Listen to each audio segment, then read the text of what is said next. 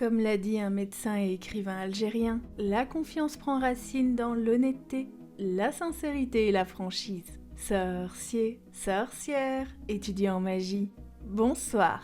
Puisque dans ma dernière vidéo je vous parlais d'amitié brisée, j'ai eu envie de rééquilibrer la balance en mettant en lumière cette fois-ci une relation des plus solides entretenue par deux personnages fondamentalement différents et qui pourtant s'accordaient une confiance mutuelle curieusement indéfectible. Allez, installez-vous confortablement, prenez une boisson chaude, de quoi grignoter et sortez vos meilleurs accessoires liés au directeur de Poudlard et au gardien des clés. C'est parti pour comprendre pourquoi Albus Dumbledore avait tant confiance en Rubeus Hagrid. S'il y a bien une chose que l'on sait et que l'on ne peut aucunement rétorquer, c'est la confiance qu'accordait Dumbledore à Hagrid. Dès les premières pages du premier tome de la saga, Albus Dumbledore dit à Minerva McGonagall « Je confierai ma propre vie à Hagrid », en réponse au fait que Minerva ne trouvait pas très sage de confier la vie du bambin qui a survécu au demi-géant. Ce qui met très clairement en lumière le degré élevé de confiance qu'accordait le directeur de Poudlard à Hagrid.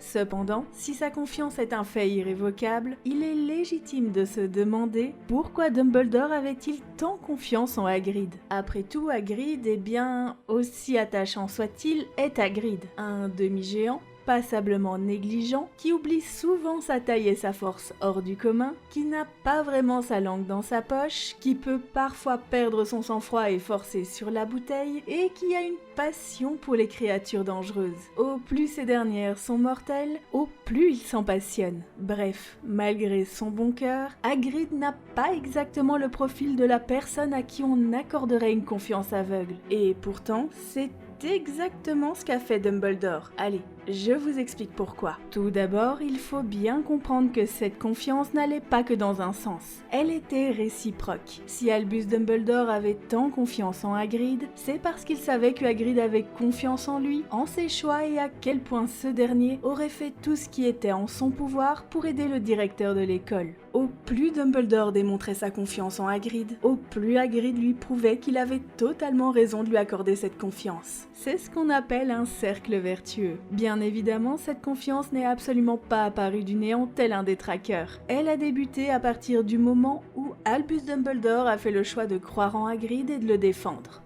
Et pour cela, il faut remonter bien avant la naissance de Harry, dans les années 40, pile pendant la scolarité de Hagrid et de Tom Jedusor alias Voldemort. Oui, ils sont de la même génération avec quelques années d'écart. Et ce n'était vraiment pas de chance pour Hagrid, car Tom a profité d'une des passions dangereuses de Hagrid pour la retourner contre lui et faire du jeune Gryffondor un parfait bouc émissaire.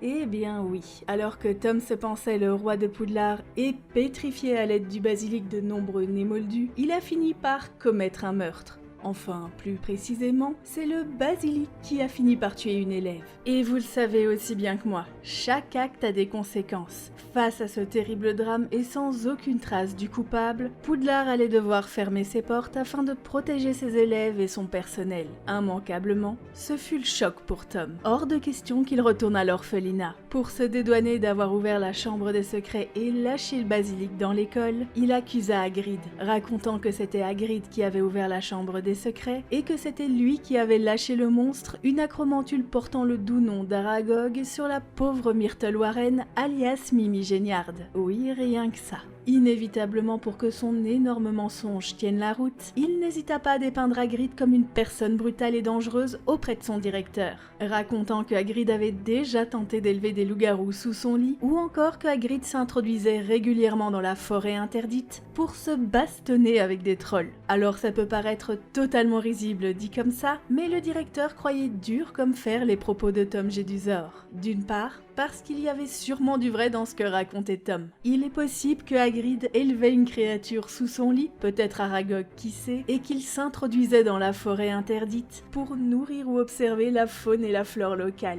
Les propos de Tom étant juste grossis, restaient de fait cohérents avec la personne qu'était Hagrid. Et d'autre part, Tom était un jeune homme extrêmement apprécié au sein de son école. Il était considéré comme un élève modèle et bienfaiteur de l'école de sorcellerie. Son directeur Armand d'Odipette l'adorait. Il était évident qu'il allait le croire lui et pas Hagrid. Et à cause de cette terrible calomnie, Hagrid fut peu de temps après renvoyé de Poudlard et vit sa baguette réquisitionnée et détruite par le ministère de la magie. Il faut bien vous imaginer que Hagrid n'avait à cette époque que 13 ou 14 ans et qu'il n'avait nulle part où aller car son père était décédé l'année précédente. C'était une véritable catastrophe pour ce jeune adolescent. Mais Hagrid a quand même de la chance dans sa malchance. Albus Dumbledore, qui était professeur de métamorphose à Poudlard, ne faisait pas confiance à Jedusor. Il avait l'intime conviction que Tom Jedusor mentait et que Rubeus Hagrid n'y était absolument pour rien malgré sa nature à aimer le danger.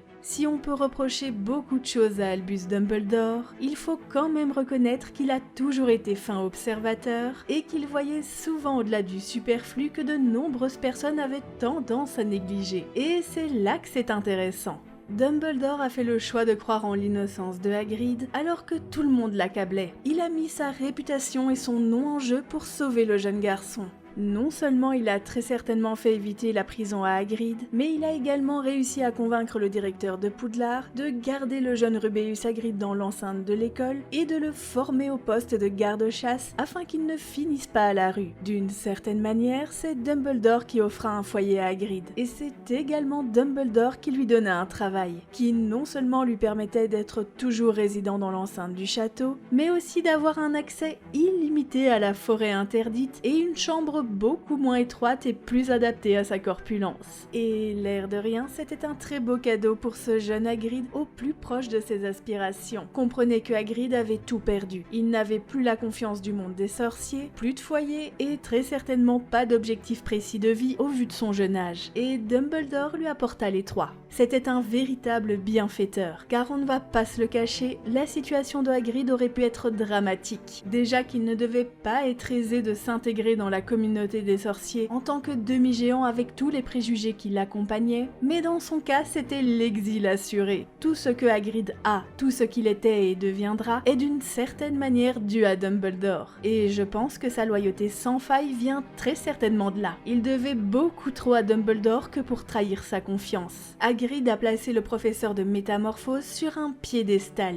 Comment voulez-vous qu'il lui fasse du mal? C'est inimaginable. De toute manière, étant de nature sincère, généreuse et loyale, il était évident qu'il rendrait à Dumbledore l'appareil au centuple. Et avec Hagrid, pas de parole en l'air, tout est dans les actes. Il aurait été capable de déplacer des montagnes et même mourir au nom de celui qu'il considérait comme un grand homme. Si Dumbledore avait bien un fervent défenseur et un allié des plus fidèles, c'était Hagrid. Et ça, il le savait pertinemment. Et voilà pourquoi Dumbledore a dit un jour qu'il confierait sa propre vie à Hagrid. Il connaissait la loyauté sans pareil de Hagrid à son égard et savait tout ce qu'il était capable d'accomplir et sacrifier pour aider son plus vieil ami qui l'admirait tant.